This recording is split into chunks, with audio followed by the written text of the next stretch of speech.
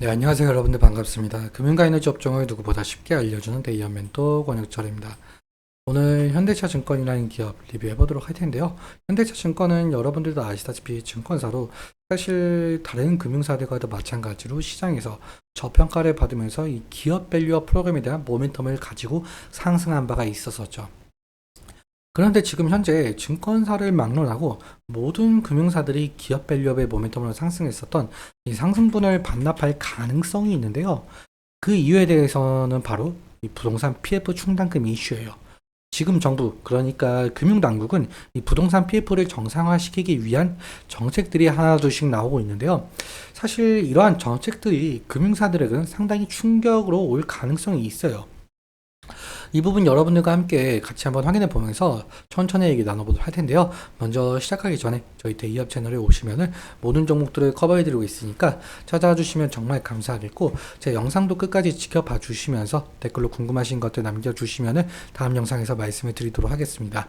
그러면 현대차증권 바로 보도록 할게요. 일단 현대차증권 같은 경우 증권사, 투자 매매업, 중개업, 집합업 등등을 하고 있는 기업인데요. 재무제표를 잠깐 살펴보자면 현대차증권 같은 경우 PBR이 0.26배, 그리고 BPS가 32,971원으로 시장에서 저평가를 받고 있었다라는 것을 좀 알 수가 있는 부분이었습니다. 그래서 여러분들도 아시다시피 현대차 증권 같은 경우 기업 밸류업에 대한 모멘텀을 가지고 있었고, 이 기업 밸류업에 관해서는 제가 전에 한번 영상에서 말씀을 드렸었는데, 가장 중요한 거는 세제 혜택이다. 그리고 세제 혜택을 이루게 되려면은 결국엔 여야 합의가 필요하다라고 말씀을 드렸었죠. 일단 아무튼 현재 금융권들이 이 기업 밸류업의 모멘텀에 힘입어서 어느 정도 상승을 보여주고 있었는데, 이 상승분을 반납할 가능성이 있는 이슈가 나왔어요. 바로 부동산 PF 관련 이슈인데요. 현재 금융당국에서는 이 부동산 PF 사태 해결을 위해서 부동산 PF에 돈을 넣는 은행이나 보험사, 뭐 증권사도 마찬가지죠.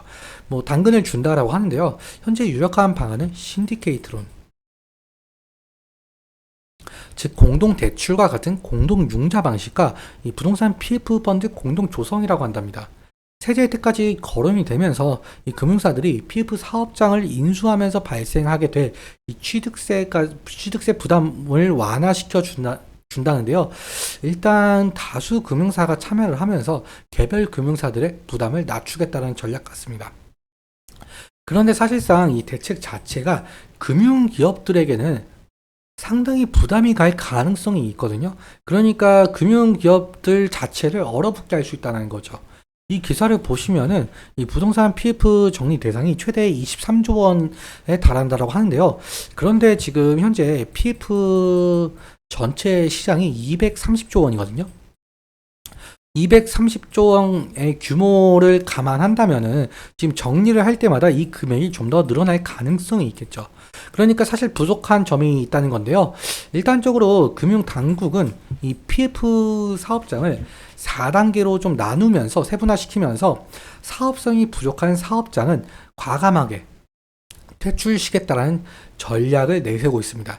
그러니까 퇴출시키면서 회생이나 도산 절차를 진행을 하거나 법원의 공매 리스트를 꾸리겠다는 건데요. 이 경공매를 통해서도 이 부실 사업장이 정리가 되지 않는다면 이 부동산 펀드나 신디케이트론을 동원을 한다라고 합니다. 그런데 사실 앞서 말씀을 드렸었지만 이 부동산 PF 펀드나 신디케이트론 같은 경우 공동 융자 방식, 즉 금융사들의 돈으로 해결하겠다는 건데요. 일단 금융사들의 신규 자금 투입을 유도하기 위해서 인센티브 같은 경우를 좀 검토 중이긴 하지만, 지금 현재 고금리 상황이잖아요. 3.5%. 이 고금리 상황이 길어지고 있고, 그리고 아무리 지금 현재 지속적으로 부동산 대책을 내세우고 있는 형편인데, 부동산 대책을 내세워도 부동산 경기가 살아나고 있지 않는 만큼 이 신규 자금 투입하기에는 상당히 부담스럽겠죠.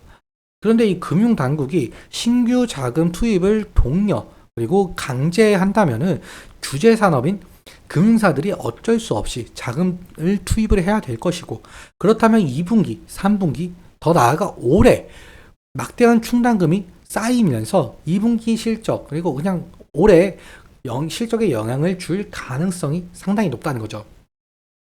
그렇다면 당연하게도 이 주가에 큰 충격으로 올 가능성도 생각을 해봐야 될 것 같은데요. 일단 6월에 인센티브 방안 제도를 손을 보고 7월에는 금감원이 각 금융사들의 처리 방안을 평가한 이후에 조정을 하면서 9월부터 이 PF 사업장을 가려낸다라고 하는데요. 그러면 그 이후부터 이 부동산 PF 악화된 사업장에 매물이 쏟아질 것으로 전망을 하고 있죠.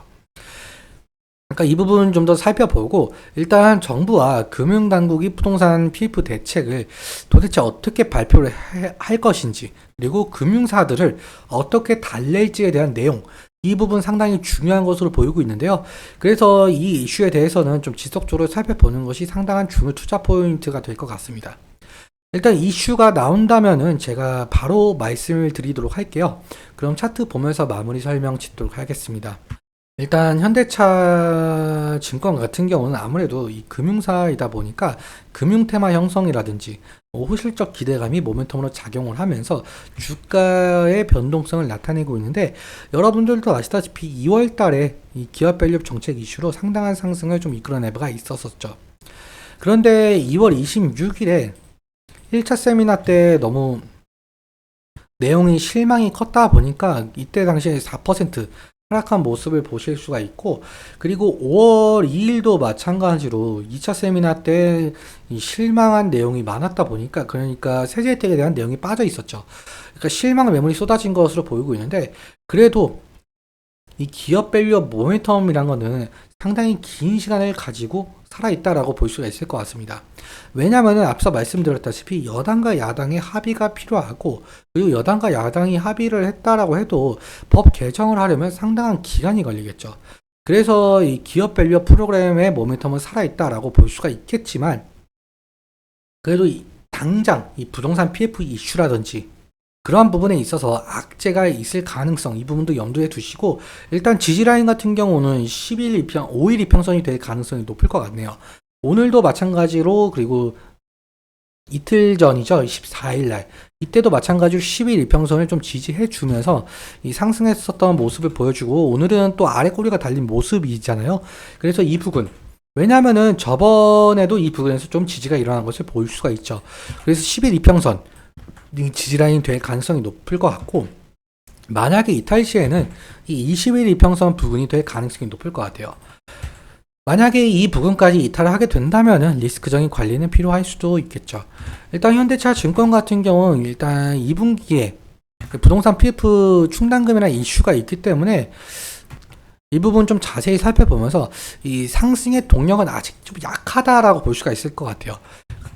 오늘은 여기까지 말씀을 드리면서 오늘 내용 여러분들께 도움이 되셨다면 구독과 좋아요 부탁드리고 그리고 오늘 말씀드린 내용과 차트적인 부분에 대해서는 제 개인적인 견해가 많이 껴있다 보니까 여러분들의 주관적인 견해와 함께 투자자의 현명한 선택하셨으면 좋겠습니다.